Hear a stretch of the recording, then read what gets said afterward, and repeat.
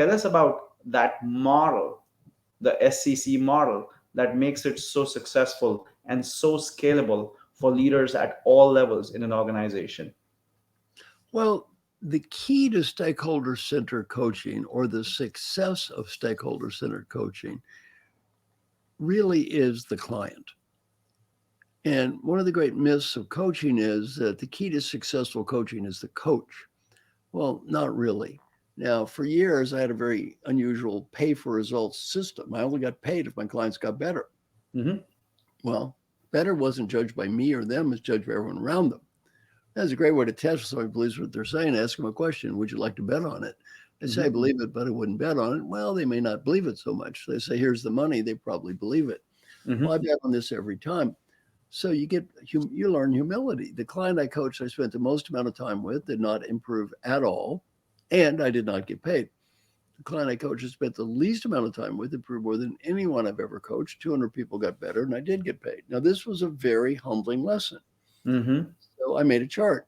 On one dimension was called time spent with Marshall Goldsmith, and the other dimension was called improvement. And there seemed to Hmm. be a clear negative relationship between spending time with me and getting better. I thought, well, that's troubling. So I go talk to my friend Alan, who we'd been discussing, and I said, Alan, of all the people I ever coached, you improved the most. You were great to start with, and I spent the least amount of time actually coaching you. What should I learn about coaching from you? Well, he taught me an incredibly powerful lesson that changed my life. He said, Marshall, your number one job as a coach is called customer selection. If you Interesting. work with great, dedicated, hardworking people, you win. And if you work with people who don't care, you lose. Well, that lesson is so true that the key to stakeholder centered coaching success is not the coach, it's the client. The coach of stakeholder centered coaching is actually a facilitator more than an expert. Hmm. You mentioned Chris Coffey. Chris Coffey, who died recently, is one of the best stakeholder coaches ever, probably had better results than me. Amazing results. Why? He would always stick to the process. He never made it about him. He was Hmm. always focused on the client. Are they doing the work? Are they talking to people? Are they following up? So the way the stakeholder coaching process works is very straightforward, as you know. Step one is who are your key stakeholders? Hmm. So let's imagine I'm coaching a future CEO. Hmm. I would probably get input from the board of directors and the CEO or who are the right stakeholders because we're going to interview these people. We'll interview the right people. So, and then the person agrees. Now that we've agreed on the stakeholders, then I interview people and typically ask them some basic questions like what's this person doing well? What does this person need to do better? What situations bring out the best in this person? Which Hmm. situations bring out the worst in this person? And what ideas do you have this person for help this person in the future? And we develop a profile. These profiles are very hard to hear for people who are used to getting good feedback all day. And most people suck up to executives, so they're not used to hearing negative feedback. So it can be very Hmm. humble. So they get feedback, and then the person we're coaching says, okay, I feel good about this. I want to get better at that. Well, then if they're not the CEO, bring in the CEO or the board and say, okay, are these the right behaviors? Right. Two important questions. Do you have the right stakeholders? Do you have the right behavior? Hmm. Pretty simple equation after that is if this person gets significantly better at these key behaviors as judged by these key stakeholders, is it worth their time and effort and money? If they say yes, you can't lose. Can't Gets, lose. gets better, pay me. Doesn't get better, it's free. Well, this process pretty much always works. And the key is they need to talk to people then and say something like this, coworker, I just got feedback. Thank you. I don't know who said what. Many people took the time to help me. Yep. Next, they say, much of my feedback is positive, and they talk Hmm. about the positives and what they learned that's very positive. They say, I don't know who said what, but thank you for all the good things. And then they talk about what they want to do better. For example, I want to be a better listener. Then they apologize for the mistakes. If I'm not Yep. listening to you or the other people, I'm sorry. Please accept my apologies. There's no excuse. We all make mistakes. It's okay. Hmm. Apologize. Then they ask not for feedback, but feed forward. Feed Then forward. the process switches to feed forward. They Hmm. said, I'm not going to ask you for more feedback about the past. I'm going to ask you Yep. for ideas for the future. Much easier to get feed forward than feedback, especially face to face. So Hmm. give me ideas, help me be a positive and open minded listener. Then, whatever the person says, sit there, shut up, listen, take notes, and say thank you. Now, Hmm. the leader doesn't promise to do everything. The leader then says, I can't promise to do everything. I am going to listen and do what I can. I cannot change the past. All I can do is apologize for my mistakes. I can change the future. And, I can't get better at everything, get better at this one thing. And I'm going to involve you and ask you to help me get better.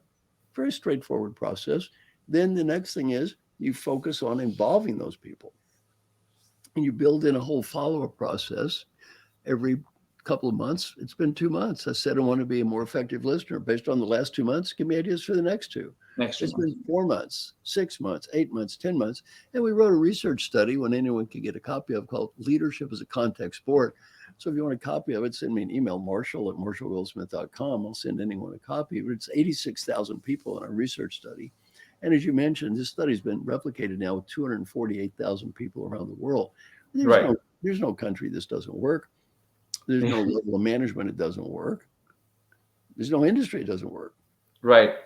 It works. The key, though, is not understanding a theory. The key is doing it. Yeah.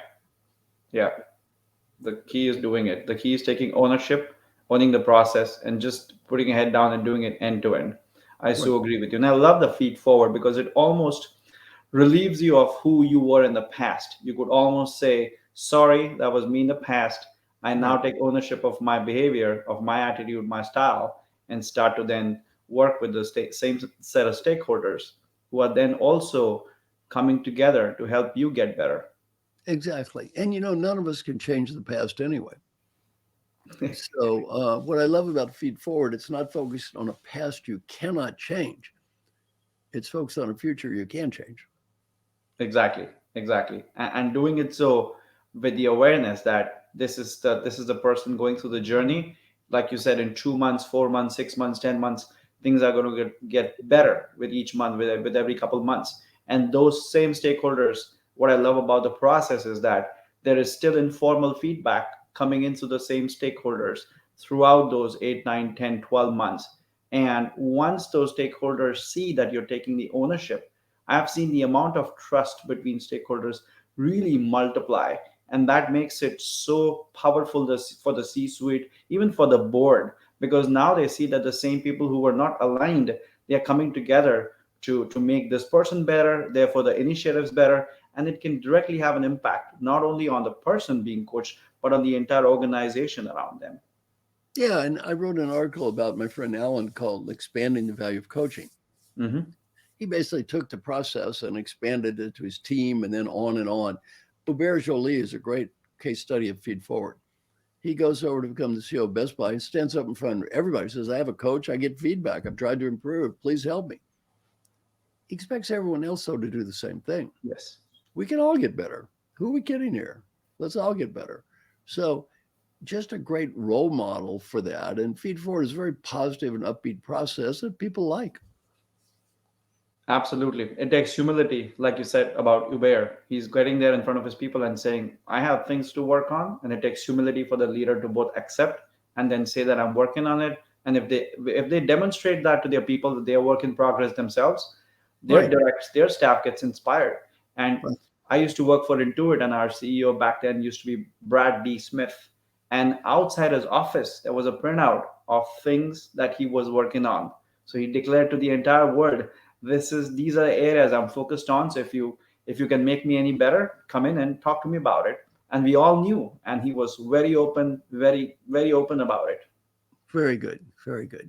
Yeah.